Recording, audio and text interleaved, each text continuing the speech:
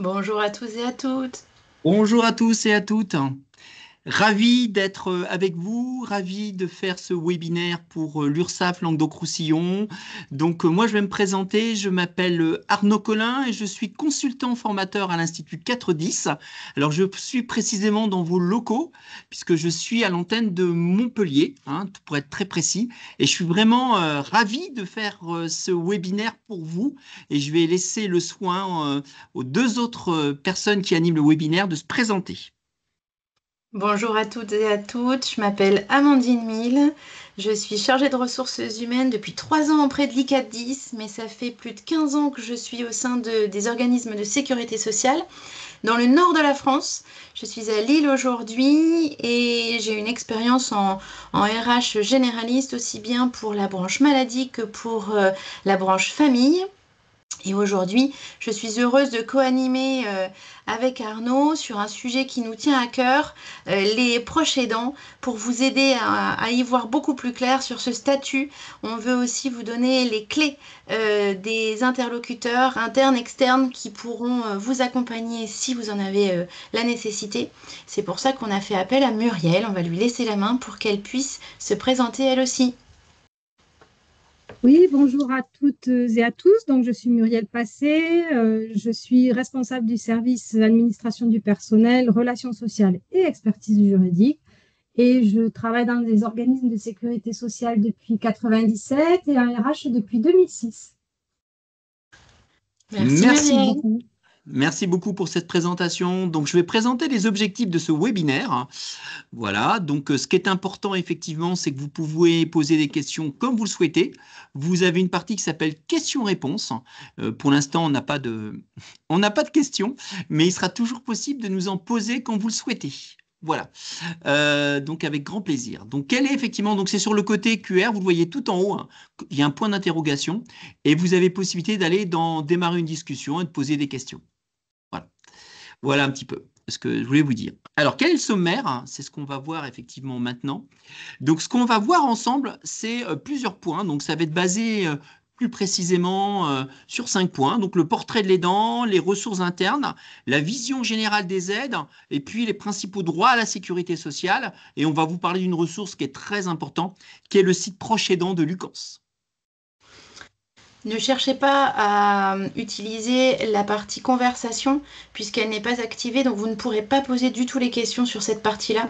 Utilisez essentiellement la partie QR et rassurez-vous, il y aura des temps de questions-réponses à chaque grande partie. Donc vous pourrez aussi, si vous le souhaitez, intervenir à ce moment-là en levant la main ou en posant la question directement dans la partie QR. On va s'attacher à vous donner un petit peu plus de vision de ce qu'on met derrière les dents, son portrait et le déni qui existe aujourd'hui, ce besoin d'en parler, de ce qu'est un proche aidant et de la définition qui est souvent mal connue et surtout des personnes qui ne se représentent pas comme proches aidants alors qu'elles le sont au nom de la loi. C'est pour ça qu'on passe un temps certain à pouvoir vous donner plus de détails sur ce qu'est un aidant. Pour commencer, on va vous laisser la main. Qu'évoque pour vous la notion, le statut de proche aidant? Je vais vous envoyer une question directement qui va s'afficher directement sur votre écran via Pulse, qui va vous inciter à pouvoir mettre un mot, le premier mot, qu'évoque pour vous le statut de proche aidant. Qu'est-ce qu'un proche aidant pour vous? S'il y avait un mot qui vous venait à l'esprit, quel serait-il? On vous laisse l'inscrire dans la zone réponse qui apparaît au milieu de votre écran pour former un nuage de mots avec l'ensemble des mots qui vous viennent à l'esprit.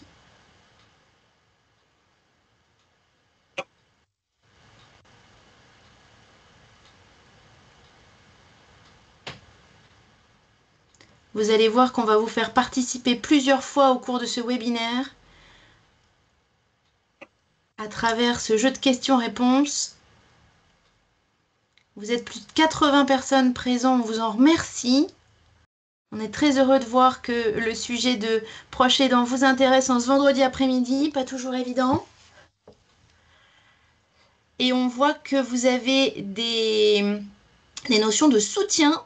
C'est la grosse notion qui revient en plein milieu de ce nuage de mots et qui définit pour vous ce qu'est un proche aidant.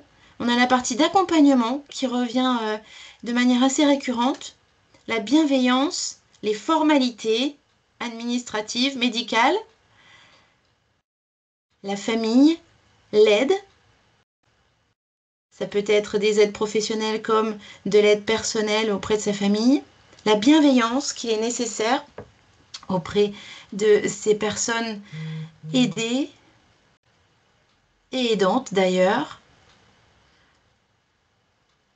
On atteint les 85 réponses, super. Donc c'est vraiment le terme de soutien, effectivement, de la part de la famille, une aide, une présence auprès de ses parents, des parents qui peuvent soutenir des enfants aussi. On va voir tout ça, on va voir les définitions qui existent, des appuis, l'autonomie, le soin, l'accompagnement, on l'a parlé, et on a parlé aussi de la charge, oui. On parle de plus en plus de cette charge mentale, de cette charge financière que peut représenter aussi ce statut de proche aidant, de besoin d'action, de bienveillance, que de la fatigue que ça peut représenter pour les personnes aidantes, l'assistance. Voilà les premiers mots qui tournent autour du soutien et de l'accompagnement, hein. C'est les premiers mots que vous évoquez. Alors, si on s'intéresse justement un petit peu plus à la définition qui nous est donnée par la loi du 28 décembre 2015, elle a déjà 10 ans, cette définition, et pourtant elle est toujours aussi mal connue. Elle est relative à la loi sur l'adaptation de la société au vieillissement. Elle définit de la manière suivante l'aidant. C'est une personne qui exerce une activité salariée et qui vient en aide de manière régulière et fréquente, à titre non professionnel, pour accomplir tout ou partie des actes de la vie quotidienne d'une personne en perte d'autonomie du fait de son âge, de la maladie ou du handicap. C'est vraiment une approche transversale qui nous est proposée à travers cette définition qui est donnée dans la loi, je le répète, relative à l'adaptation de la société au vieillissement. Donc, cette définition, vous voyez qu'elle a trait à rassembler un maximum de personnes derrière cette notion d'aidant. Alors justement, c'est bien d'avoir une définition, mais c'est encore mieux de vérifier dans quelle situation le rôle d'aidant peut s'exercer. C'est pour ça qu'on va vous interroger une deuxième fois. Cette fois-ci, vous allez avoir plusieurs propositions. Ce qui nous intéresse, c'est celles qui font appel à des situations d'aidance. Selon vous, si vous deviez répertorier parmi les propositions qui vont s'afficher sur votre écran, les situations d'aidance, quelles seraient-elles? On vous laisse cocher les situations qui représentent, selon vous, les situations d'aidance.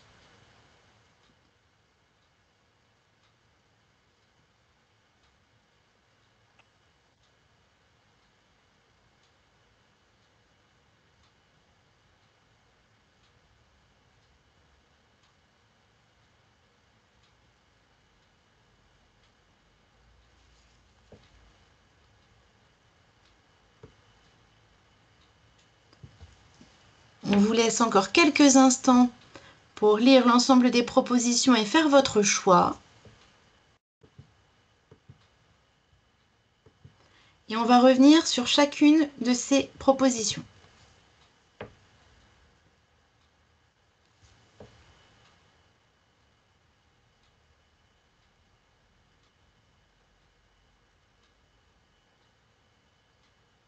J'espère que vous avez tous eu le temps de pouvoir compléter ce questionnaire.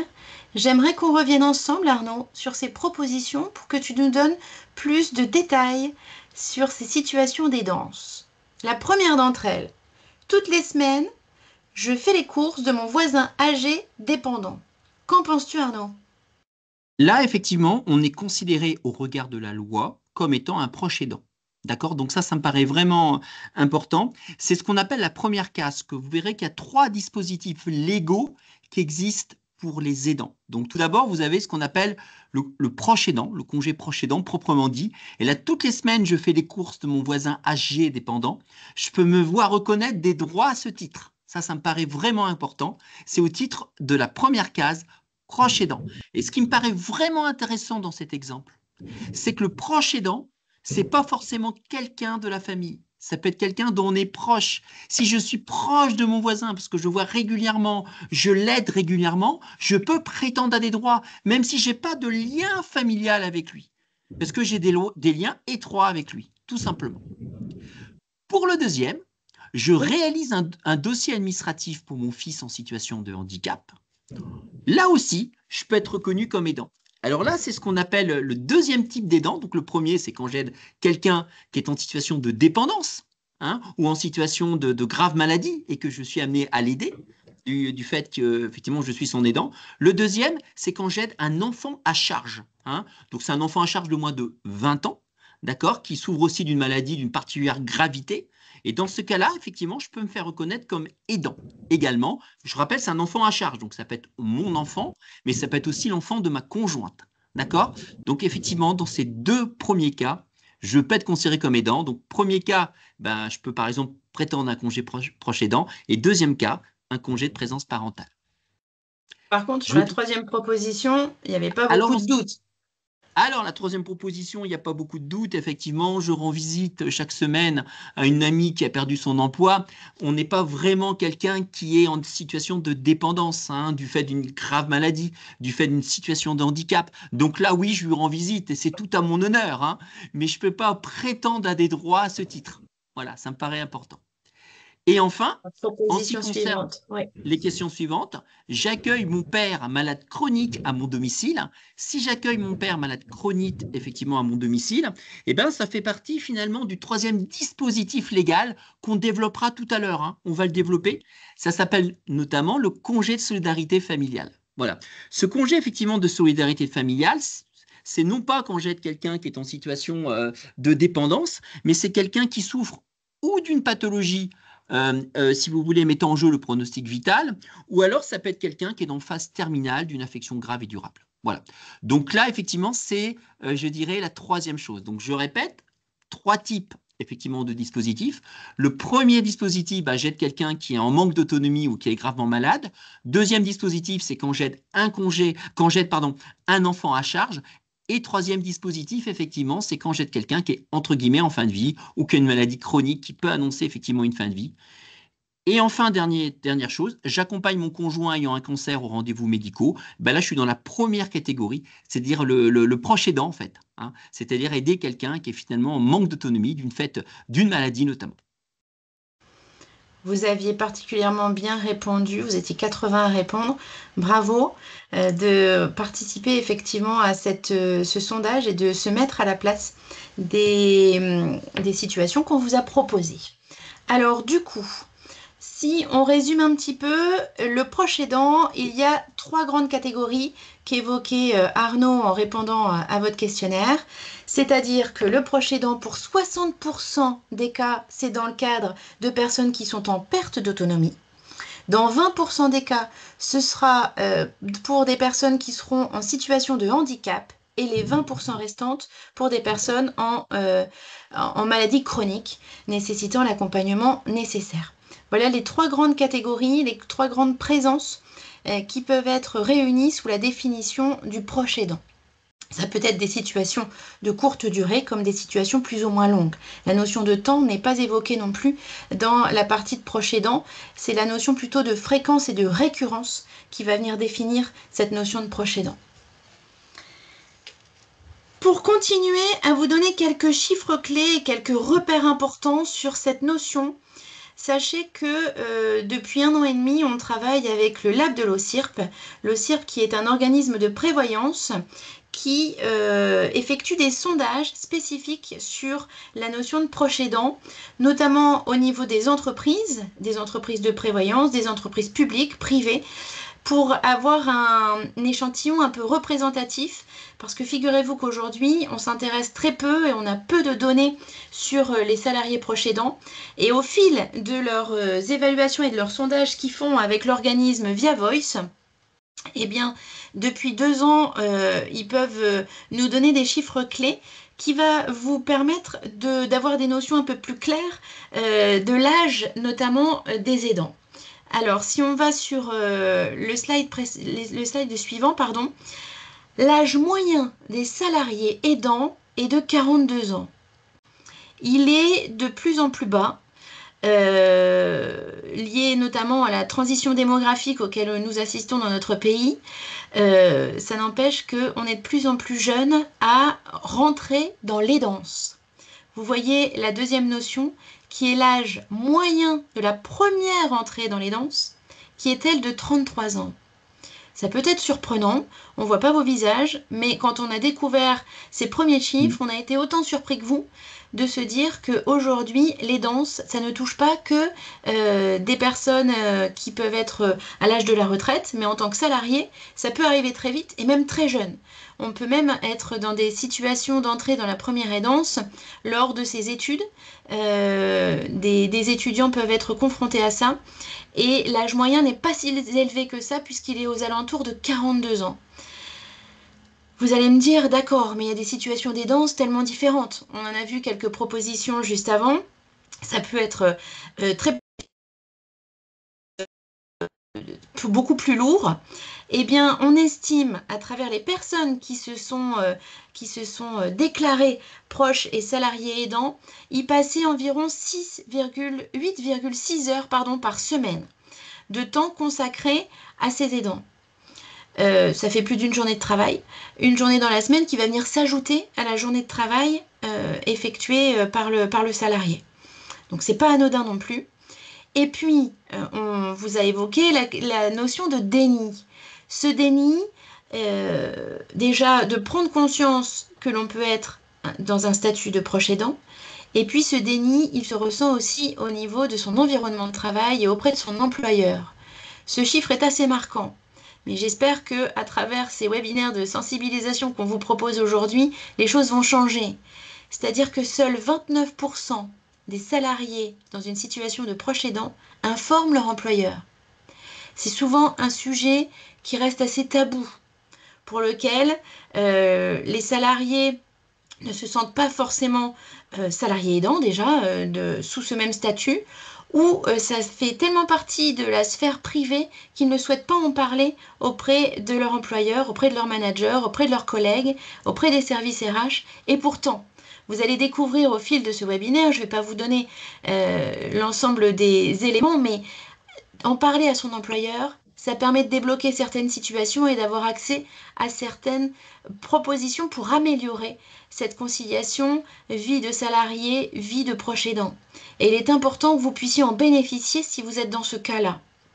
Et qu'on fasse encore évoluer les choses pour en parler et pour comprendre les situations que peuvent vivre ces situations de proche aidant. Ça, c'était les premiers chiffres clés. D'autres qui sont marquants, on parlait de l'environnement professionnel, on parlait d'en parler auprès de son employeur. Vous voyez que quand on en parle, donc pour seulement 29% des personnes concernées, on en parle principalement à ses collègues. Ça ne vous surprend pas, mais les collègues ne sont pas forcément au courant de tout ce qui existe en interne et des ressources vers lesquelles se tourner. Seulement 20% en parlent à leur manager. Il est important aussi que le manager puisse être une porte d'entrée, notamment lors des exercices et des temps privilégiés d'échange entre collaborateurs et managers, que ça puisse être évoqué pour associer ça à une meilleure conciliation entre la vie personnelle et la vie professionnelle. 14% en parlent auprès de la direction générale, 12% seulement auprès de la direction des ressources humaines, qui pourrait être la porte d'entrée automatique, mais qui ne l'est pas, vous voyez, au regard des résultats qu'on vous propose aujourd'hui. Le médecin du travail dans 9% des cas, un représentant du personnel dans 7% des cas, le CSE pour 4%, et puis auprès d'autres. Mais vous avez vu aussi le fort taux de non-réponse qui est à plus de 34%. À travers ce sondage qui date de 2024. C'est des sondages du coup très récents parce que les chiffres que l'on peut trouver datent souvent d'avant Covid, puisque les statistiques ne sont pas forcément très récentes, à part avec l'organisme OCIRP qu'on vous propose aujourd'hui. Ça représente quoi tout ça? Si on regarde avec un peu plus de hauteur, c'est entre 8 à 11 millions de proches aidants en France, dont 61% exercent une activité professionnelle. Il n'est donc pas négligeable de s'intéresser à l'ensemble de cette population qui est obligée de concilier activité professionnelle et statut de proche aidant. Ça peut être plus ou moins envahissant, effectivement, mais il y a des moments plus ou moins longs où ça peut nécessiter de réadapter, d'adapter même cette vie professionnelle pour pouvoir être en accompagnement, en aide, en soutien, comme vous aviez pu le mettre en avant lors des mots-clés, auprès des personnes qui en ont besoin. La France compte 20% de salariés aidants, soit entre 4 à 5 millions de personnes qui ont ce statut de salarié proche aidant. Vous l'avez évoqué un petit peu à travers les premiers mots que vous avez évoqués aussi dans le nuage de mots, ce mot charge. Oui, oui, il n'est plus à négliger, même si les relations avec l'aidé sont très bonnes, sont facilitées, n'empêche que ça a un impact fort sur la charge mentale. Et on évoque de plus en plus d'ailleurs ce droit au répit qui est de plus en plus présent aussi dans la communication qui est faite auprès des aidants, de se soulager de cette charge et de pouvoir faire face aux besoins d'aide que représentent les personnes que l'on accompagne. 94% des aidants considèrent qu'ils entretiennent une bonne relation avec la personne qu'ils aident. Ça veut dire qu'il n'y a pas de souci particulier à être dans ce statut de proche aidant. Par contre, 56% de ces mêmes aidants pointent l'impact sur leur situation, sur leur charge mentale. Un impact particulièrement prononcé pour les aidants qui apportent seuls leur aide. Oui, l'aide peut être aussi conciliée avec une aide professionnelle. Il y a aussi des personnes vers lesquelles vous allez pouvoir vous tourner qui ont ce métier-là, eux, de pouvoir être accompagnés et soutenir les personnes qui sont en perte d'autonomie ou qui ont une maladie chronique, etc. Mais lorsqu'on est seul à ne pas être professionnel, eh bien, on ressent une charge mentale beaucoup plus intense. Aussi pour les personnes, les aidants qui aident des personnes en situation de handicap. Ça peut être difficile aujourd'hui d'avoir les ressources nécessaires pour des personnes qu'il faudrait aider et qui sont dans une situation de handicap. Et puis pour les jeunes aidants. Alors jeune, tout est relatif, mais en tout cas quand on voit que l'âge moyen de l'entrée dans les dents c'est de 33 ans, eh bien on peut vite être confronté à des situations de maintenir aussi bien un rôle de mère qu'un rôle d'aidant, qu'un rôle de salarié professionnel, ce qui peut faire beaucoup aussi en termes de charge. J'ai parlé au féminin, c'est pas de manière innocente. 47% des aidants jugent que leur situation les met en difficulté s'agissant de leur santé et de leur morale. Et oui, les proches aidants font moins attention à eux, ils prennent moins de rendez-vous médicaux, ils n'ont pas le même regard sur leur propre santé que sur la santé des personnes qu'ils aident, qu'ils accompagnent, pour lesquelles ils vont participer aux rendez-vous médicaux, pour lesquels ils vont avoir une attention particulière et ils vont s'oublier. Il est important de ne pas s'oublier, de pouvoir faire en sorte de prendre soin de soi, aussi bien psychologiquement que physiquement, pour les salariés qui sont dans cette situation. La persistance du déni. Le statut de proche aidant, vous voyez qu'il a 10 ans, la définition a 10 ans, et pourtant, c'est très mal connu. 61% des salariés non aidants et 73% des salariés aidants ont entendu parler des salariés en situation de proche aidant. Bref, c'est aussi pour ça qu'on est là aujourd'hui, pour vous en parler, pour vous dire que il y a des choses possibles. C'est pour ça que le CSE a pu en faire la demande et qu'on est parmi vous pour pouvoir répondre à vos questions et pouvoir répondre à ces premières définitions et vous donner les éléments nécessaires. 47% des salariés proches aidants ne se considèrent pas spontanément dans cette situation. je passe moins de 8 heures par semaine, je suis pas concernée par ce statut de proche aidant. Mais j'ai toujours fait ça. J'aide mon parent, j'ai toujours été dans cette situation d'aidance. Pourquoi aujourd'hui je me reconnaîtrais proche aidant? Et pourtant, il est important que vous puissiez vous reconnaître derrière ce statut de proche aidant et bénéficier, si c'est possible, et suivant les conditions qu'on évoquera tout à l'heure, des aides et des simplifications qui pourraient être possibles en interne.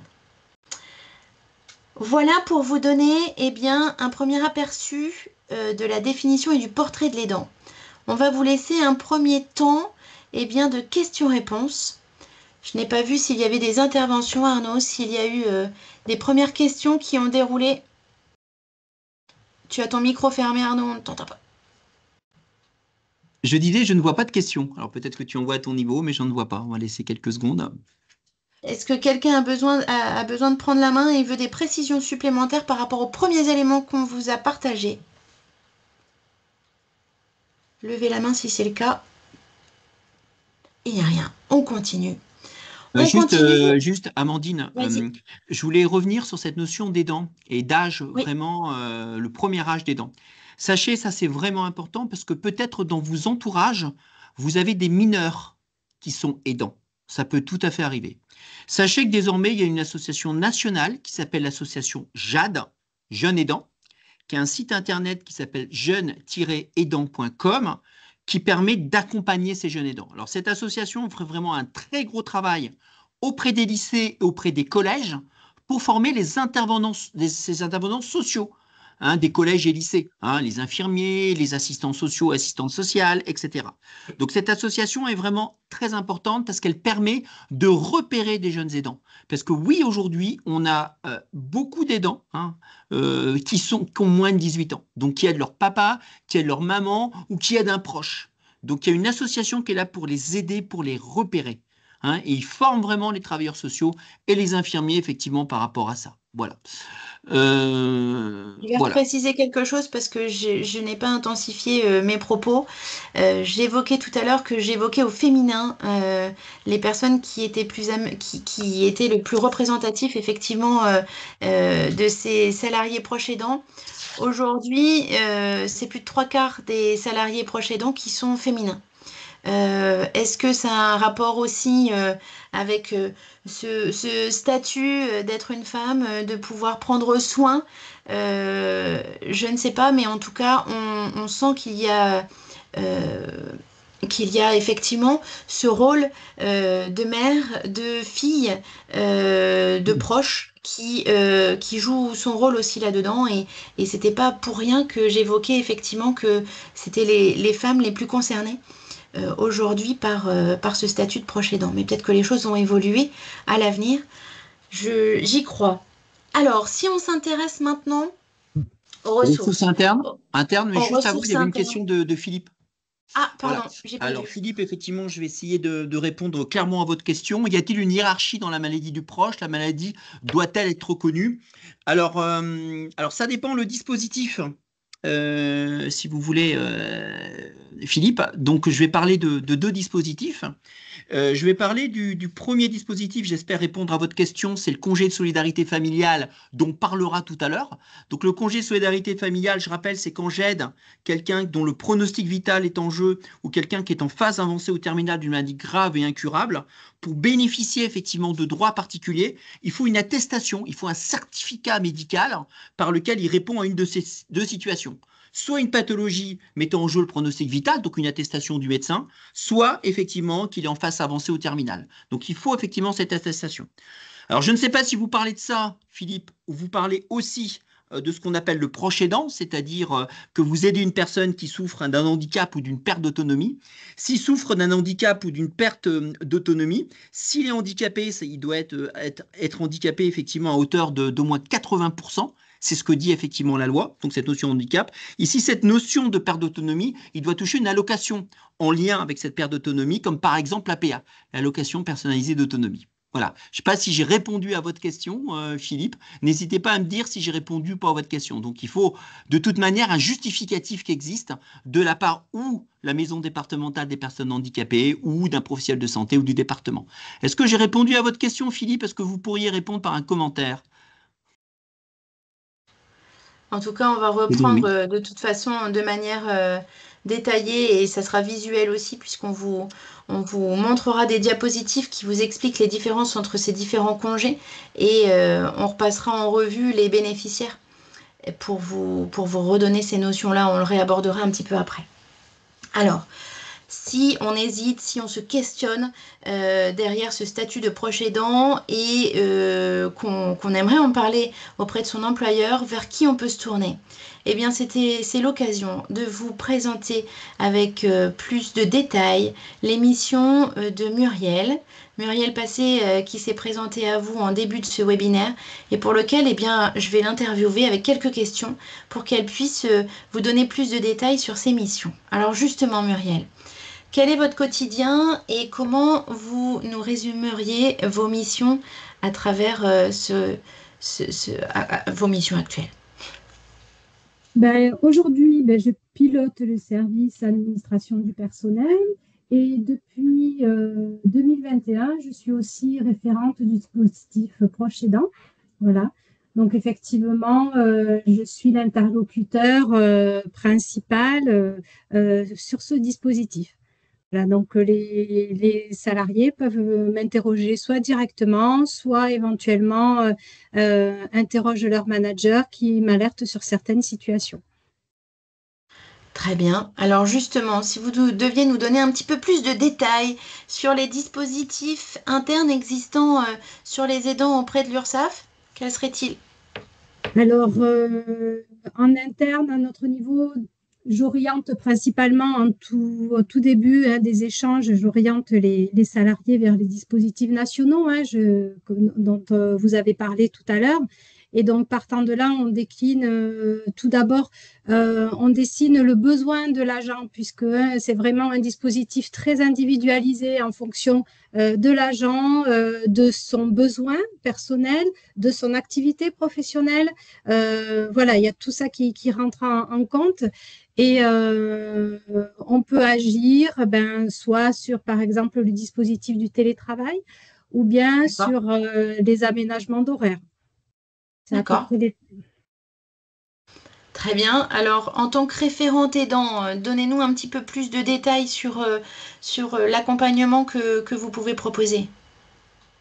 Alors, quand un salarié me contacte, je lui propose, je l'oriente vers la documentation qui est à disposition de tous les agents soit sur le site de Lucans, qu'a évoqué Arnaud tout à l'heure, ou bien sur notre intranet aussi. Il y a pas mal de documentation. Je les invite aussi à faire l'autodiagnostic, qui permet quand même de répondre à certaines questions et s'interroger soi-même sur sa situation.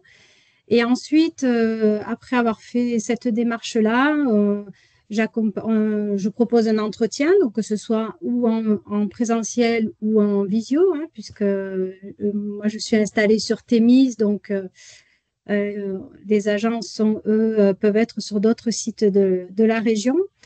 Et puis, au terme de l'entretien, on essaye de déterminer le besoin, la demande de l'agent, qu'est-ce qui pourrait le soulager dans son quotidien et dans son rôle de proche aidant. Et puis, on fait une proposition à ses managers ainsi qu'à la direction pour que voilà, le dispositif soit mis en œuvre avec l'accord de tout le monde en fonction des activités, du service. Voilà, chaque salarié répond à des impératifs de service aussi, de métier, puisque c'est un peu l'objectif, que le salarié puisse continuer à exercer le métier qu'il souhaite, qu'il ne soit pas voilà, privé de ça en étant proche aidant. Alors, si on parle encore très concrètement, Muriel, est-ce que vous pourriez nous donner un exemple d'accompagnement que vous pouvez Euh, mettre en place? Oui, pour exemple, pour une salariée qui justement reçoit sa maman en situation de dépendance, on a pu lui accorder un jour de télétravail supplémentaire sur la semaine, ce qui est assez dérogatoire puisque le salarié doit être normalement 2 jours sur site D'accord. par semaine. Donc, ce salarié-là, pour pouvoir assumer son rôle de proche aidant, ne vient qu'un seul jour sur site. Très bien. On parle d'un accompagnement, c'est en distanciel, c'est en présentiel? Qu'est-ce que vous préconisez? C'est comme le salarié préfère, mais effectivement, nous avons 5 sites sur toute la région, donc on évite de faire déplacer les gens. Donc, c'est soit en distanciel, soit en présentiel. Pour les agents qui sont sur le site Thémis, là où je suis également, c'est souvent en présentiel.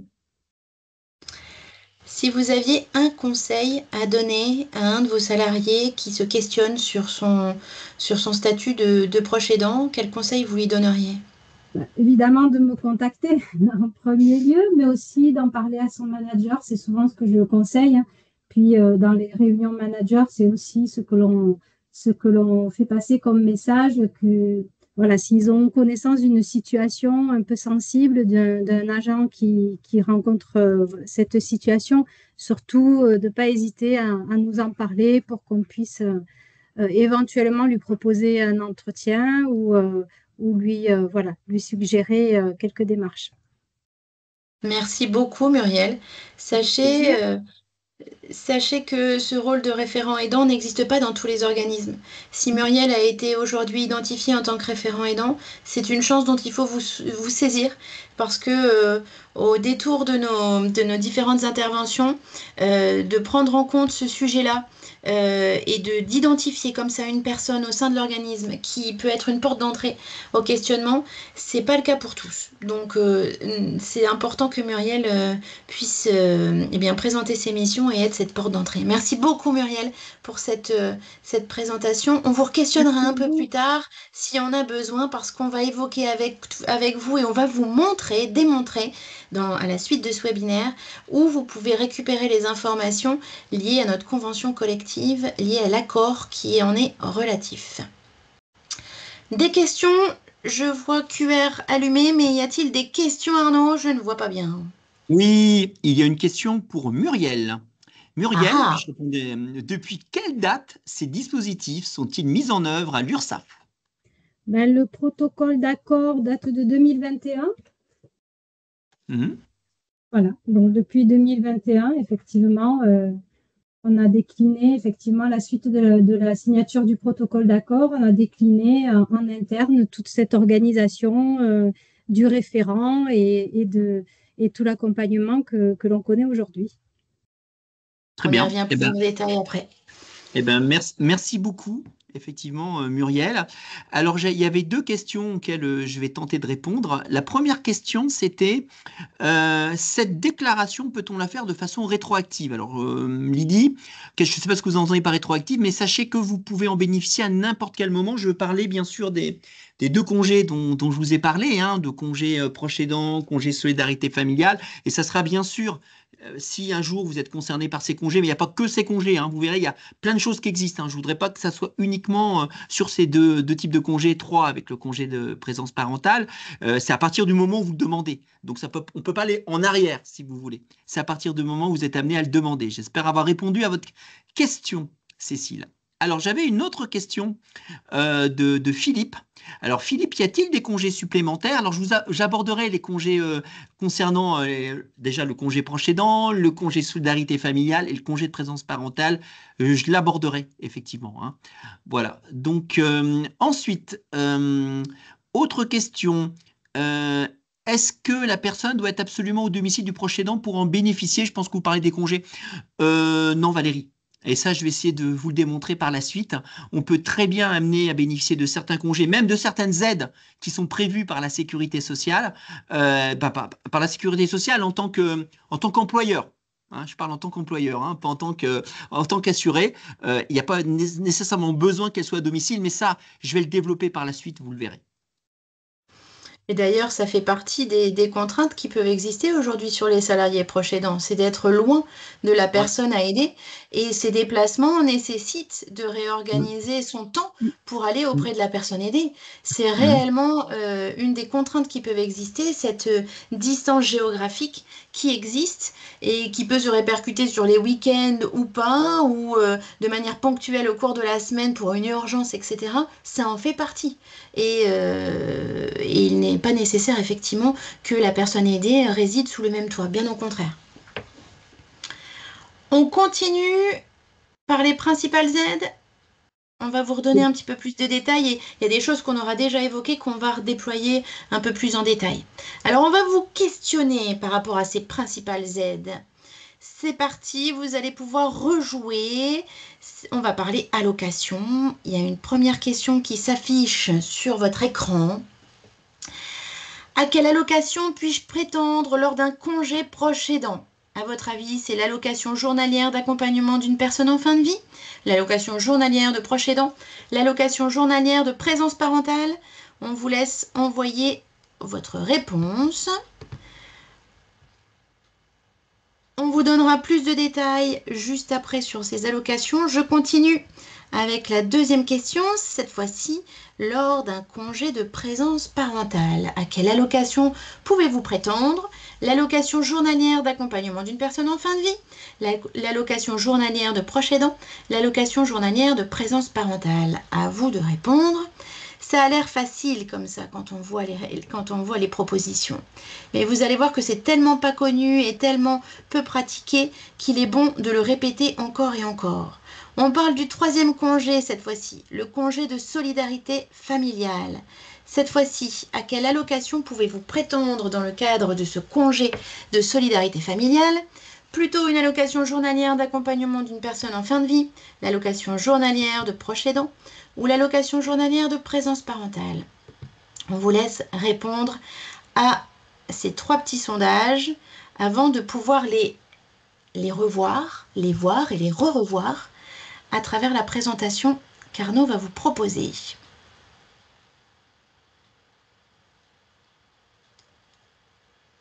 Je pense que vous avez tous pu répondre, ou presque. Ça continue d'augmenter. Arnaud, on va peut-être reprendre les dispositifs un à un. Tout à fait. Donc ça, je vais répondre effectivement à ces questions. Alors, je ne voudrais surtout pas limiter mon propos à ces trois types de congés. Congé proche aidant, congé de solidarité familiale et congé de présence parentale. Et je vais rebondir sur une question qui m'a été posée effectivement tout à l'heure. Il y a d'autres choses qui existent et je vais essayer de vous le démontrer, et notamment dans l'institution de sécurité sociale, parce que dans l'institution de sécurité sociale, il y a des choses qui existent, comme je vais essayer de vous le démontrer.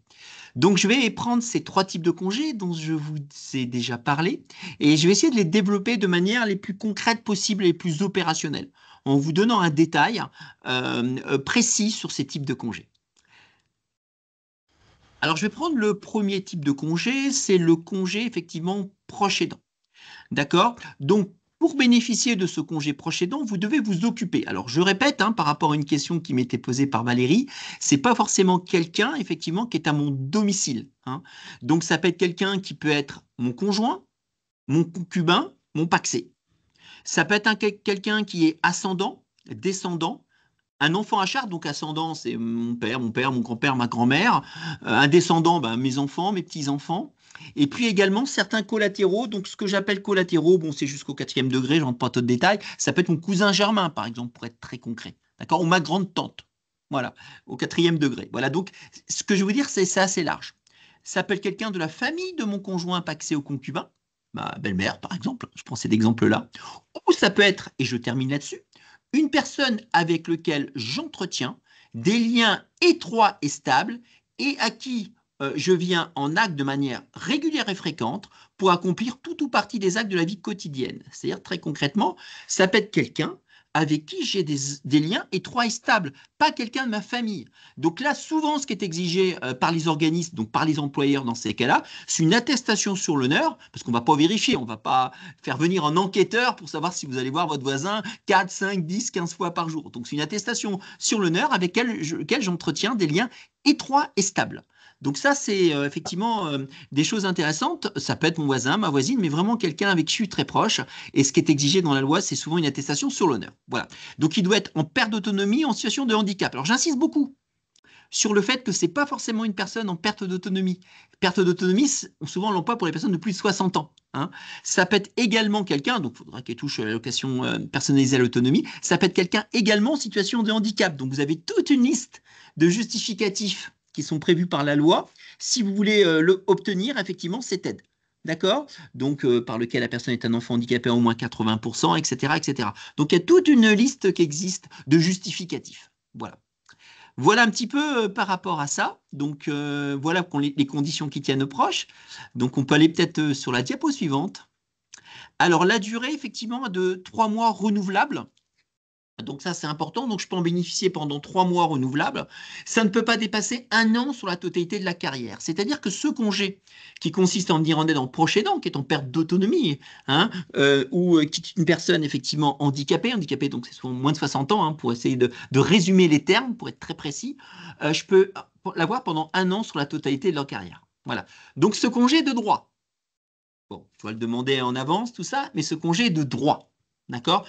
Par contre, si je veux prendre un temps partiel à ce titre, c'est-à-dire non, je ne prends pas ce fameux congé 3 mois, mais je prends une journée de temps en temps, je dois avoir effectivement l'autorisation de l'employeur. Donc, c'est sous couvert l'autorisation de l'employeur. Donc, soit je prends les 3 mois à la suite, j'ai juste à demander, effectivement, soit effectivement, c'est un temps partiel, et là, comme tout temps partiel, comme la plupart des temps partiels, il faut l'accord de l'employeur. D'accord? Donc, je dois m'y prendre 1 mois avant ou immédiatement en cas d'urgence. Donc, si vous avez un justificatif médical qui dit que c'est un cas d'urgence, vous pouvez effectivement l'obtenir immédiatement. Alors, vous allez me dire, c'est très gentil tout ça, mais c'est non rémunéré. Donc, il va falloir que je trouve des moyens de vivre pendant ce temps-là. Alors, ce qu'il existe, c'est qu'il existe une allocation qui s'appelle l'AJPA. Allocation journalière proche aidant. Cette allocation, pour être très précis, est versée par votre caisse d'allocation familiale, dans la limite de 22 jours par mois et 66 jours par proche aidant. Donc, je peux en bénéficier dans la limite de 66 jours par proche aidant. Donc, pour rappel, effectivement, cette allocation de 65,80 €, donc vous faites le calcul, hein, multiplié par 22, pour donner un chiffre par mois, parce que vous pouvez en bénéficier 22 jours, effectivement, par mois. Voilà, donc c'est 66 jours par proche aidant. Et au total, ça ne peut pas faire plus de 264 jours sur la totalité de la carrière, ça correspond en gros à 1 an. Hein. Tout ça, c'est très logique. Hein. Pourquoi c'est 264 jours? Parce que ça fait 1 an. Donc, vous avez possibilité d'obtenir cette allocation. Alors, pour cela, pour connaître tous les droits précis de cette allocation et les justificatifs qui sont demandés, il faut bien sûr s'adresser à la caisse d'allocation familiale qui vous apportera plus de précision. Mais il y a vraiment des choses qui existent et vous avez vraiment l'allocation journalière proche aidant à laquelle vous pouvez prétendre. Voilà, si vous remplissez les conditions que je vous ai dit par rapport au congé proche aidant. Voilà effectivement par rapport à ce congé proche aidant. Je ne sais pas si vous avez des questions sur le congé proche aidant et je serai tout à fait prêt à y répondre. Voilà, n'hésitez pas. Je suis à votre service. Donc, si vous avez des questions, n'hésitez pas. Donc, je vais prendre le deuxième congé. Alors, ce deuxième congé, c'est entre guillemets la deuxième case, si je puis m'exprimer ainsi, mais il y a bien d'autres choses qui existent, je vais vous le montrer. C'est quand j'assiste un proche qui souffre d'une pathologie mettant en jeu le pronostic vital ou qui se trouve en phase avancée ou terminale d'une affection grave et durable.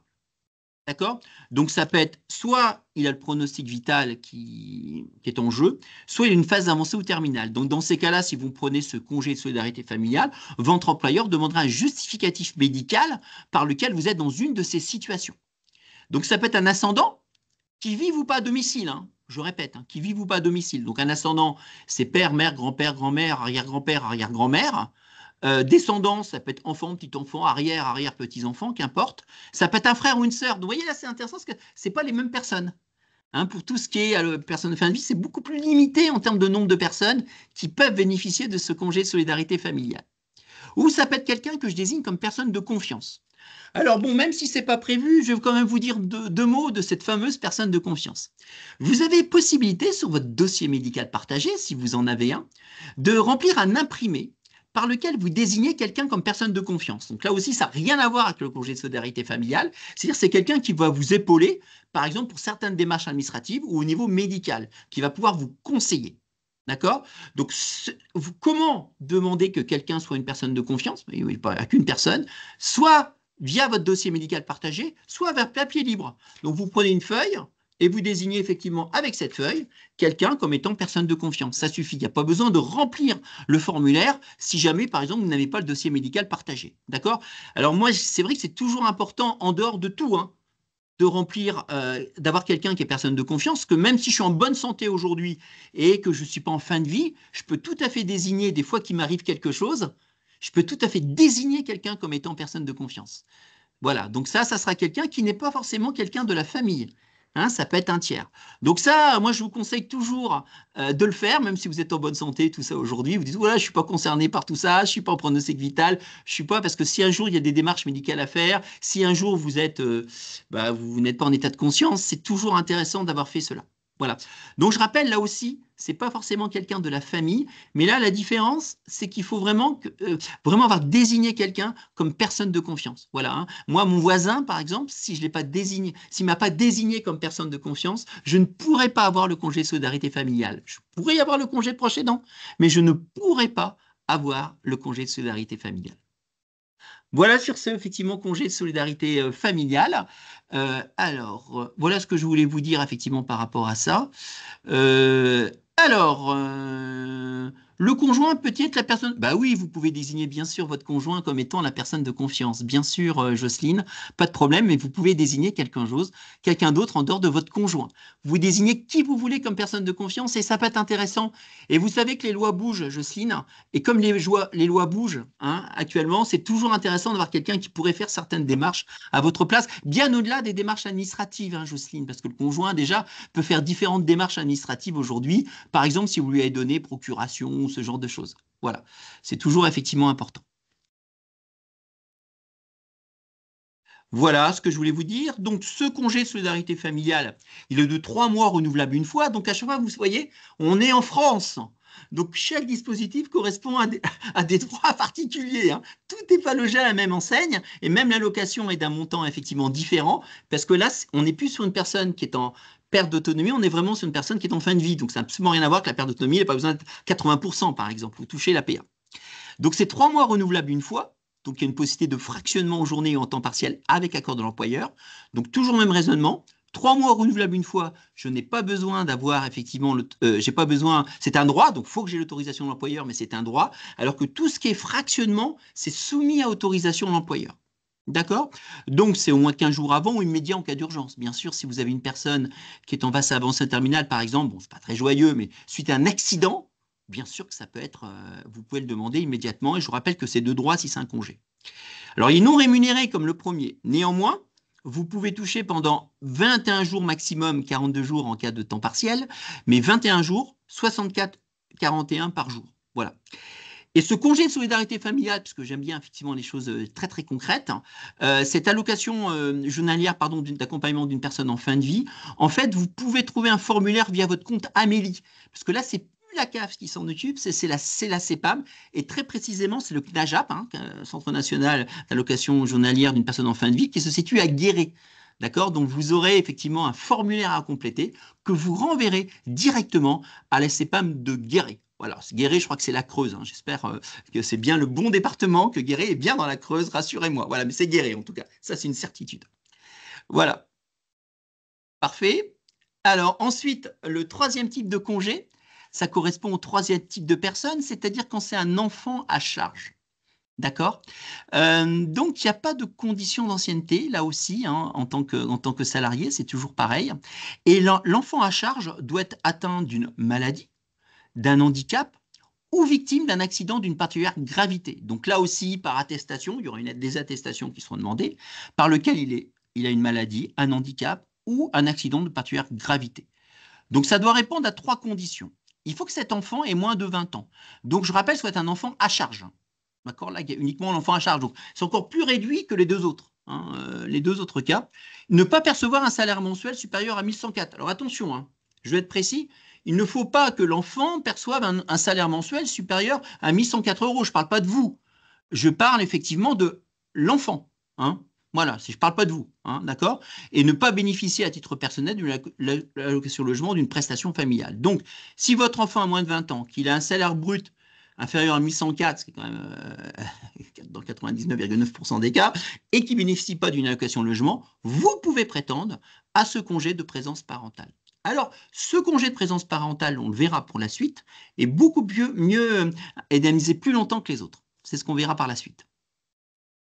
Merci de prévoir la suite. Donc, la durée de ce congé, c'est 310 jours ouvrés par enfant et maladie sur une période maximale de 3 ans. C'est-à-dire que là, en ce qui concerne ce congé présence parentale, si jamais l'enfant correspond aux conditions que je vous ai indiquées, c'est 310 jours sur une période de 3 ans. D'accord? Donc ça aussi, je l'ai effectivement voilà, de droit. Donc je pourrais prendre 310 jours de travail pendant 3 ans pour m'occuper effectivement de cet enfant. Hein. Et j'ai possibilité de renouveler au bout de 3 ans. D'accord? Ou alors, je peux même avant les 3 ans renouveler 310 jours. Voilà. Donc, il faut que je demande 15 jours avant le début du congé à mon employeur. D'accord? Et l'information de l'employeur, c'est 48 heures avant de prendre les jours de congé. C'est-à-dire que quand je vais commencer mon congé de présence parentale, je vais prendre un jour de temps en temps. Il faut que je m'y prenne 15 jours avant. Mais comme j'ai 310 jours, avant chaque jour que je prends, j'espère effectivement que c'est tout à fait concret, et bien effectivement, je devrais m'y prendre 48 heures à l'avance. Alors, ce congé, effectivement, n'est pas effectivement rémunéré. Il n'est pas du tout effectivement rémunéré, mais j'ai possibilité de bénéficier de l'AJPP, allocation journalière de présence parentale. Alors, quand je dis qu'il n'est pas rémunéré, vous verrez qu'à la Sécurité sociale, on a quand même un dispositif. Hein, donc, je mets une nuance. Et l'allocation journalière, effectivement, de présence parentale, je peux la toucher pendant 310 jours sur une période de 3 ans. Donc là aussi, c'est logique. D'accord? Je pourrais toucher 64,41 € par jour. Alors, si je suis en couple, c'est différent, mais bon, qu'importe. 64, si c'est les deux membres du couple, on verra que c'est un peu différent, mais je pourrais bénéficier de 64,41 € par jour. Et là, ça m'est versé par la caisse d'allocation familiale. Donc là, il faut que je m'adresse à la caisse d'allocation familiale, comme le congé proche aidant. Voilà pour le congé de présence parentale. Alors, c'est une question qu'on a régulièrement, que j'ai régulièrement dans les organismes. Et je parle effectivement du congé proche aidant, du congé solidarité familiale et du congé de présence parentale. D'accord? Sachez qu'il est pris en compte pour l'ancienneté. Donc, je vais être très concret. Si jamais vous prenez entre janvier 2025 et le 1er janvier 2025 et le 31 mars 2025, un congé proche aidant, ça ne sera pas pénalisant pour l'ancienneté. C'est-à-dire que vous ne perdrez pas 3 mois d'ancienneté, notamment par rapport aux points d'expérience, hein, pour être très concret. Donc, ça ne sera pas reporté de 3 mois, ces points d'expérience. Par contre, c'est pénalisant pour l'intéressement et les congés payés. C'est-à-dire que pendant que je suis en congé proche aidant, je ne peux pas toucher l'intéressement. Je m'explique. C'est-à-dire que si je suis en congé proche aidant ou solidarité familiale ou présence parentale 3 mois sur 12, je perdrai 3/12 de la prime d'intéressement pour être très précis. Pareil pour les congés payés. Pendant que je suis en congé proche aidant, congé solidarité familiale et congé de présence parentale, je ne peux pas prétendre au congé payé. C'est-à-dire, je vais être là aussi très concret. Je prends un congé proche aidant en janvier, février, mars 2025. Comme vous le savez, j'ai droit à 2 jours ouvrés par mois. Je perdrai, par exemple, au titre du congé principal, ce qu'on appelle le 111, qu'importe, je perdrai 2 jours, effectivement, par mois de congé. Ça, je voulais vous le dire parce que c'est dans la loi, hein, ça n'a rien à voir absolument avec votre employeur, mais c'est ce qui est prévu dans la convention collective et dans le code du travail. Voilà, je ne sais pas, peut-être avant qu'on aille ailleurs sur les dons de congé, avant qu'on voit les dons de congé, avez-vous des questions? Parce que c'est plus intéressant qu'on réponde pour vous aux questions au fur et à mesure, parce qu'après, on les oublie.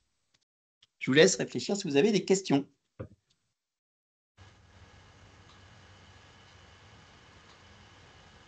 Pas de questions particulières? Est-ce qu'il y a des choses qu'il faut éclaircir aussi? N'hésitez pas.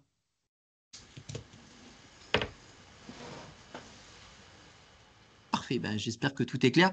Alors, il y avait une question de Valérie, je pense qu'elle ne parlait pas des congés quand on dit, dans le cas du sondage, qu'on a à domicile. Est-ce qu'on a des statistiques, Amandine, sur le fait que, sur le proche aidant, est-ce qu'il est à domicile ou pas?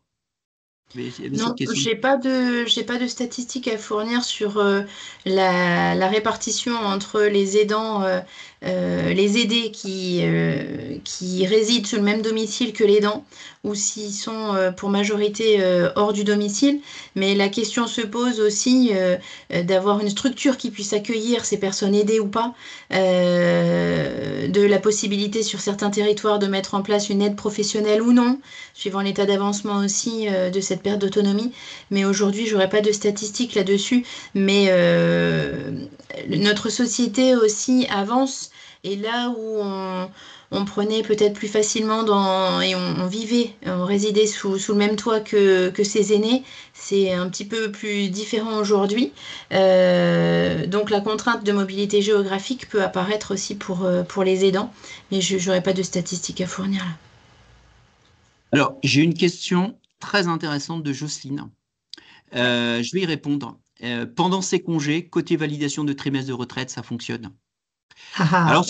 Alors, c'est une très bonne question, Jocelyne. Alors, j'ai envie de dire oui et non.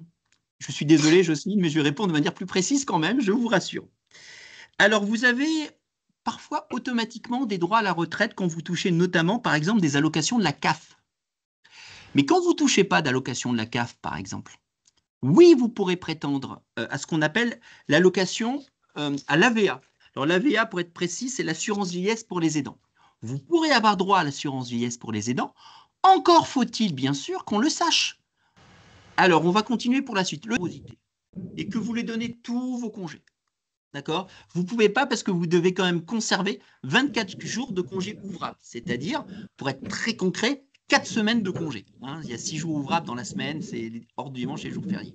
D'accord? Donc voilà, c'est notamment qu'on les congés, mais voilà. Donc ça, effectivement, c'est important. Et l'accord de l'employeur est nécessaire. Donc, ce qui est important également, c'est que c'est total. On entend un micro, là, je ne sais pas qui c'est, on entend un bruit de son. Voilà.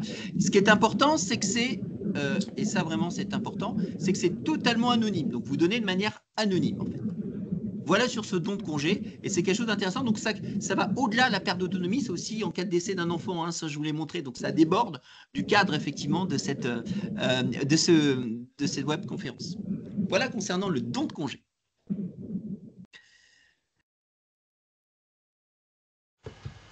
Voilà ce que je veux dire. Alors, est-ce que vous avez d'autres questions?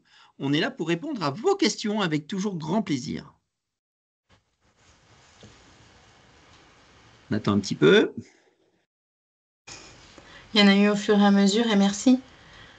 Si on peut y répondre en direct.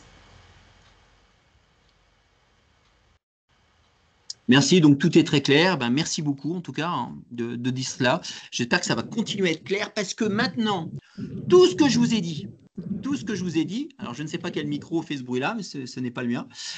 Tout ce que je vous ai dit, effectivement, s'applique, je dirais, de manière générale. Maintenant, je vais insister sur vos droits en tant que salarié de la sécurité sociale, parce que tout à l'heure, Muriel parlait du protocole d'accord de 2021. On a des droits et des droits qui sont peu utilisés aujourd'hui, donc c'est ce qu'on va voir. Donc maintenant, je vais parler de vous en complément en tant qu'agent de la sécurité sociale.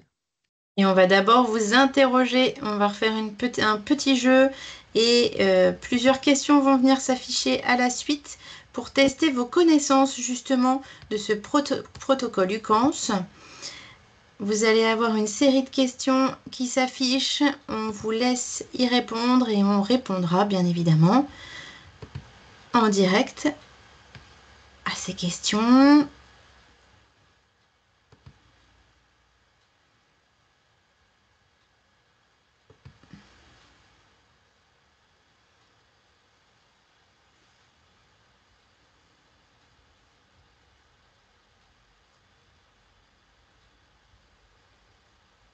On vous laisse le temps de répondre à votre connaissance du protocole UCANS qui date de 2021, on l'a dit tout à l'heure, mais qui n'est pas forcément très connu, voire très très peu.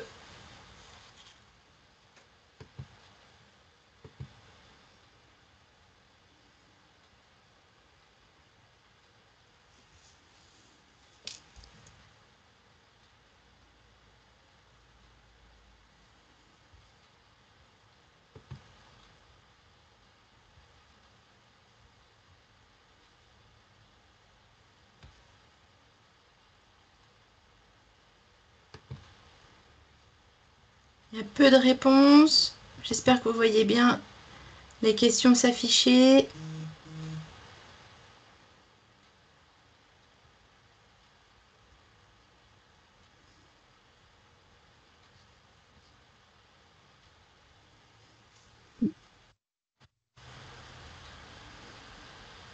Je crois que c'est votre micro, Muriel, qui fait du bruit, Oui, c'est pardon. pour ça que je l'avais.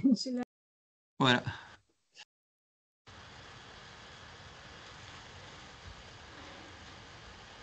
Alors, on va prendre la première question. Y a-t-il un site internet dédié aux proches aidants dans le régime général? Je ne vois que 17 réponses, mais vous êtes peut-être plus nombreux à avoir dit oui. Vous avez raison. On va pouvoir vous faire une démonstration tout à l'heure, de ce site dédié.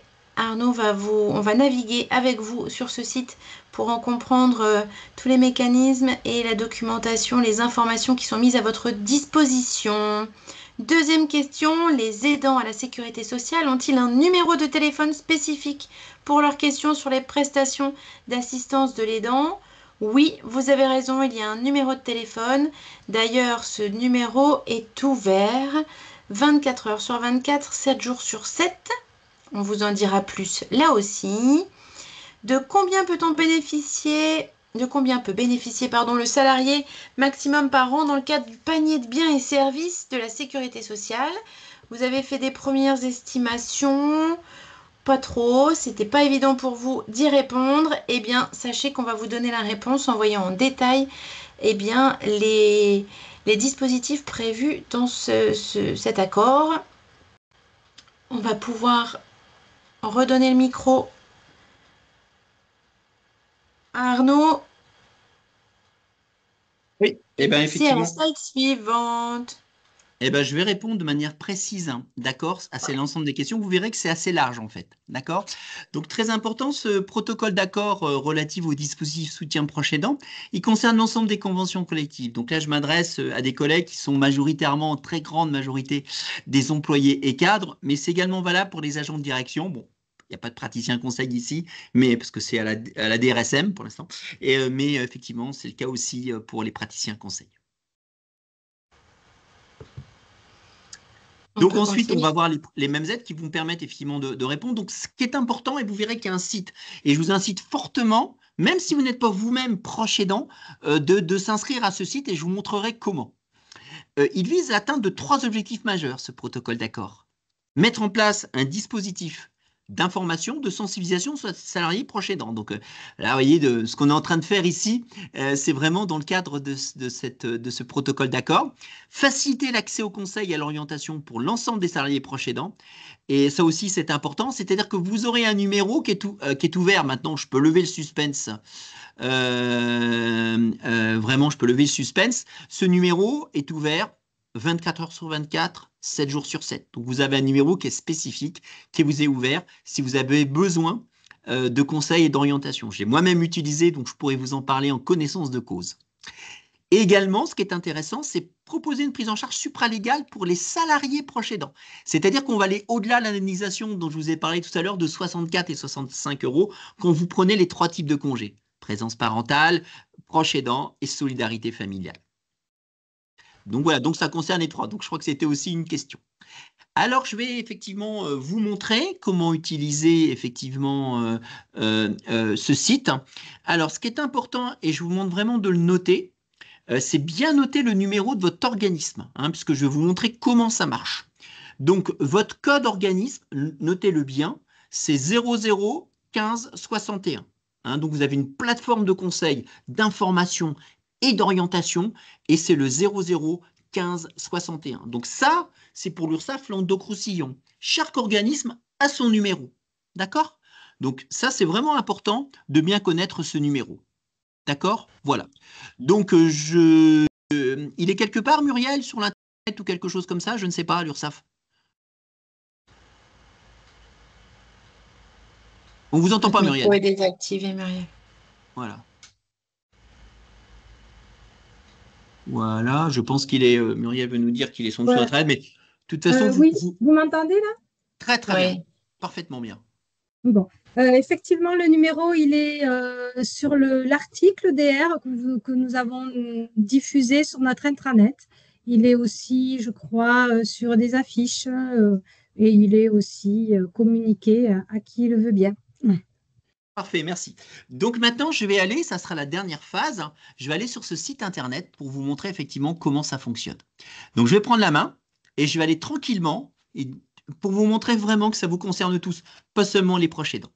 Donc, je vais directement effectivement sur ce site internet. Hop, j'y suis. Donc, si tout va bien, vous voyez mon écran. Est-ce que c'est le cas? Est-ce que vous voyez bien mon écran? Est-ce que ça Oui, marche? très bien. Oui, Ça oui. marche très bien.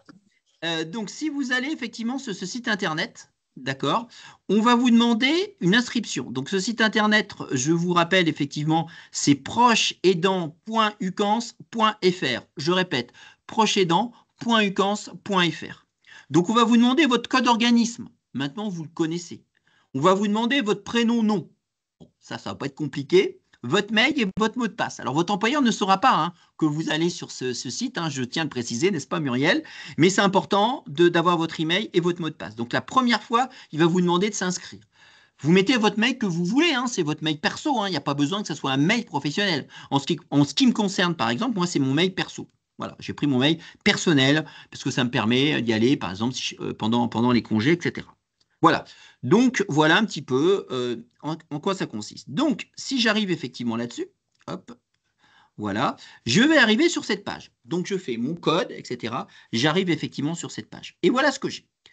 Première chose qui me paraît intéressant, et Muriel, à juste titre, en parlait tout à l'heure, je peux faire un autodiagnostic. Donc, j'accède au service autodiagnostic, pardon, comme j'étais déconnecté depuis longtemps, il me redemande, et il va me demander, on va voir si je peux y prétendre. Donc, je vais répondre à des questions. Est-ce que je m'occupe d'un proche de temps en temps, régulièrement? Est-ce que je l'accompagne dans ses démarches administratives, etc. Et à partir du moment, effectivement, où je suis amené à répondre, effectivement, à ces questions, d'accord, il va me dire ou pas si je peux être considéré comme aidant. Donc, vous avez un autodiagnostic, donc je vous encourage bien sûr à le faire, cet autodiagnostic. Hein, voilà. Vous avez aussi mes paniers de biens et services. J'aurai tous les paniers de biens et de services auxquels je peux prétendre. Vous verrez, c'est toutes les aides, parce que je peux avoir entre 400 et 750 euros d'aide à la sécurité sociale. 400 euros si j'ai un proche qui bénéficie d'une prestation comme l'APA, l'allocation personnalisée à l'autonomie, l'AH, l'allocation éducation enfant handicapé ou prestation de compensation de handicap. Dans ces cas-là, ça sera 400 euros, donc c'est limité. Hein. C'est limité notamment aux conjoints, concubins, pacsés, donc c'est assez plus limité que ce qui est prévu pour les bénéficiaires du congé proche aidant. Mais je peux bénéficier également de 750 euros d'aide par an. Donc, ça s'appelle un panier de biens et services. Je vous montrerai comment ça fonctionne. Si jamais je bénéficie des 3 congés que maintenant vous connaissez par cœur, proche aidant, solidarité familiale et présence parentale. Voilà, sachez qu'il peut même y avoir, dans certains cas, effectivement, il peut y avoir plusieurs paniers de biens et services pour, si jamais vous aidez plusieurs personnes. Alors, il y a quelque chose que je trouve particulièrement intéressant et je vous encourage vraiment à y aller. Donc, il y a plein de conseils, hein. Le congé proche aidant, la journée nationale, plein de choses qui existent sur faciliter les démarches administratives, c'est vraiment très intéressant. Et je vous encourage à aller sur le guide pratique du proche aidant. Donc, je clique ici, ce guide pratique du proche aidant. Donc, normalement, il va apparaître si tout va bien. Il apparaît, c'est extraordinaire. Hein. Donc, voilà. Donc là, effectivement, vous avez le guide pratique du proche aidant, qui vous indique un petit peu comment ça fonctionne, effectivement, ce congé proche aidant. Donc, qui sont les aidants, tout ça, c'est la première partie dont on va en parler. Les dispositifs en pratique. Il vous donne effectivement le fameux numéro. Donc, le numéro que vous pouvez appeler 7 jours sur 7, 24 heures sur 24. Je ne sais pas si vous le voyez, mais je vous donne le numéro. C'est le 05 49 16 36 55. Je répète, 05 49 16 36 55. Alors, je vous encourage, bien sûr, là, vous pouvez l'appeler. Alors, moi, j'ai essayé de l'appeler un samedi soir à 21 h et très sincèrement, ça a fonctionné. D'accord? Donc, vous pouvez effectivement les avoir. Le seule chose, et ça, c'est un truc, et ça, c'est très, très, très, très important. Si vous êtes proche aidant, vous donnez le numéro que je vous ai donné tout à l'heure. Le numéro qui correspond. Le code organisme. Que si vous ne donnez pas le code organisme, c'est une plateforme qui s'appelle Lima, qu'importe, je ne rentre pas dans trop de détails, et cette plateforme, elle s'occupe de quantité d'entreprises, d'organismes. Donc, elle ne raisonne que par rapport au code organisme. Donc, notez bien ce code organisme. C'est vraiment très important. Sinon, ils ne vous répondront pas parce que tout le monde peut appeler. D'accord? Donc ça, c'est vraiment important. Vous avez accès à un panier de biens et services. Donc, ça va entre 400 et 750 euros. Donc là, je ne vais pas aller plus loin. Hein. Vous pouvez avoir des auxiliaires de vie, des livraisons de courses, des portages de repas, des livraisons de médicaments pour la personne aidée. La personne aidée, elle ne travaille pas à la sécurité sociale. Vous avez quantité de prestations, donc entre 400 et 750 euros, auxquelles vous pouvez bénéficier. Très important.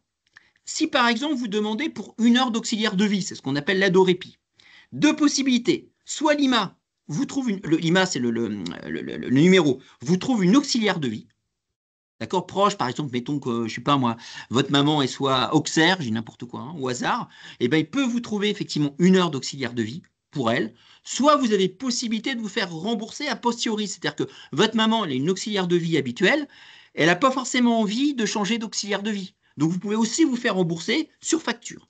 Donc, vous avez, il y a quantité de choses. Quand je parle de portage de repas, c'est pas le repas, hein, c'est seulement le portage. Présence d'un proche, etc. Donc vous en avez quantité. Et enfin, et je continue effectivement, donc vous avez plein de choses auxquelles vous avez droit, hein, là on va pas développer, mais on en a vu déjà pas mal. Dernière chose qui me paraît importante, c'est que dans la limite de 21 jours, d'accord, dans la limite effectivement de 21 jours, si par exemple, ou de 22 jours, vous avez possibilité de bénéficier d'un complément de rémunération à votre allocation. C'est-à-dire très concrètement, si vous prenez un congé de solidarité familiale et que vous touchez l'allocation journalière d'accompagnement d'une personne en fin de vie, pendant 21 jours, l'organisme complète votre salaire pour que vous ayez le même salaire net. Donc très concrètement, c'est pas comme la maladie, ça va pas être ce qu'on appelle un maintien de salaire, ça va se faire a posteriori. Donc vous allez donner le justificatif à votre employeur par lequel vous touchez la JAP, et par an, vous aurez droit effectivement pendant ces 21 jours, vous aurez droit à un complément de rémunération. D'accord, qui permettra quand même, ça vous permet pendant 1 mois quand même, sur les 3, d'avoir effectivement ce qu'on appelle un. Alors, j'aime pas parler de maintien de rémunération parce que Muriel va pas être contente parce que ça sera a posteriori, mais ça correspond à ça. Voilà. Pour la JPP, allocation journalière présence parentale, c'est dans la limite de 22 jours par an. Et pour la JPA, ça va être effectivement également, à JPA, je rappelle, c'est dans le cadre d'un congé proche aidant, c'est 22 jours par an. Donc, pour résumer, chers collègues, dans la limite de 21 ou 22 jours par an, vous pourrez avoir un complément de rémunération qui vous assurera effectivement, dans ces cas-là, comme un maintien effectivement de salaire. Voilà un petit peu toutes les aides auxquelles on peut prétendre. Donc, vous voyez, hein, on peut présenter à des aides, donc ce qu'on appelle le panier de biens et services, auxiliaires de vie, etc. On peut prétendre à des compléments de rémunération. Donc, oui, il existe des choses à la sécurité sociale. Et ça, je peux vous dire, c'est uniquement parce que vous êtes salarié de la sécurité sociale. Nous, on forme régulièrement des salariés d'autres branches. On a formé la branche agricole, on a formé plein de branches, hein, automobile, etc. Et mais, assurance, pardon. Mais là, c'est vraiment, nous, on va vraiment très, très loin et on peut être fier à la Sécu qui est en aide en la matière. Voilà, je ne sais pas si vous avez des questions, je vais regarder vos dernières questions. Voilà, donc il n'y a pas de questions, semble-t-il. Est-ce que vous avez d'autres questions? Il nous reste 5 minutes. Voilà, Valérie, vous pouvez reposer votre question. S'il ne touche rien, je ne comprends pas votre question. Voilà, mais il n'y a pas de problème. Voilà, si vous aviez la gentillesse, il reste 5 minutes à notre conférence. Voilà. Merci, vous êtes resté patient jusqu'au bout. J'ai l'impression que le sujet vous a intéressé. Juste, il y a la question de Valérie, qui est effectivement tout à fait intéressante. Alors, Valérie, oui, il y a 2 types d'aides. Je répète, c'est 400 ou 750 euros. 400 euros, il faut que mon bénéficiaire, pour que je bénéficie ces fameux 400 euros, vous savez, le panier de biens et services, soit il faut qu'il touche l'allocation personnalisée à l'autonomie. Donc, mon bénéficiaire, là, ça peut être que mon conjoint, mon concubin, mon pacsé, mes parents, mes enfants, d'accord? Soit il faut qu'il touche l'APA pour que je bénéficie de ces 400 euros à la sécurité sociale, donc l'allocation personnelle à l'autonomie, soit il faut qu'il touche l'allocation adulte handicapé, soit il faut qu'il touche l'allocation d'éducation de l'enfant handicapé, hein, c'est pour les enfants de moins de 20 ans, catégorie 2 à 6, soit il faut qu'il touche la prestation de compensation du handicap. Donc pour être encore plus concret, Valérie, si soit vous ne prenez pas de congé, soit vous n'avez pas un bénéficiaire qui touche ces 4 types de prestations, vous n'avez pas droit effectivement à ces allocations de 400 et 750 euros. C'est assez normé en fait. Voilà. Bon, il peut y avoir aussi des systèmes de CESU, effectivement, vous avez raison Valérie. Voilà, effectivement, ce que je veux vous dire. Est-ce que d'autres questions, d'autres observations? Il nous reste 3 minutes. J'espère vraiment. Est-ce que tu veux dire le mot de la fin? Est-ce que Muriel voulait dire un mot de fin ou Amandine ou on vous encourage vraiment, c'est vraiment compléter votre. Vous allez voir un questionnaire, voilà. Alors comment vous pouvez bénéficier de l'aide de 400 euros, Josépha? Je vais jusqu'au bout. Vous appelez le numéro de téléphone. Alors, vous pouvez vous faire aider par Muriel, mais vous appelez le numéro de téléphone que je vous ai donné. d'accord? Et vous leur donnez surtout le code organisme. Code Ils vont vous organisme. expliquer, et vous expliquer effectivement la démarche. 05 49 16 36 55. Voilà, vous les appelez, ils vous expliquent. Donc, soit ça sera à l'avenir, ça, mais appelez-les, effectivement, et vous verrez, ils vous demanderont des justificatifs. Voilà. C'est un sujet complexe qu'on a voulu décomplexifier avec vous, mais il reste plein de modalités à connaître et du coup, les portes d'entrée, vous les avez maintenant. Vous avez les bons réflexes pour aller chercher les informations et on vous remercie d'avoir été aussi nombreux avec nous cet après-midi, de voir que ce Merci à vous, sujet hein. intéresse et vous intéresse. Euh, on remercie beaucoup Muriel pour son intervention. Vous n'hésitez pas à aller auprès d'elle si vous avez d'autres questions. Merci à l'URSSAF de nous avoir fait confiance, à Arnaud, à moi et à Sylvain qui était derrière la technique que vous n'avez pas vue mais qui nous a aidés aussi pour Bon ce travail. générique. Et on espère vraiment que ça vous sera utile à chacun et chacune d'entre vous. On vous souhaite une excellente fin de journée, fin d'après-midi, un bon week-end par avance.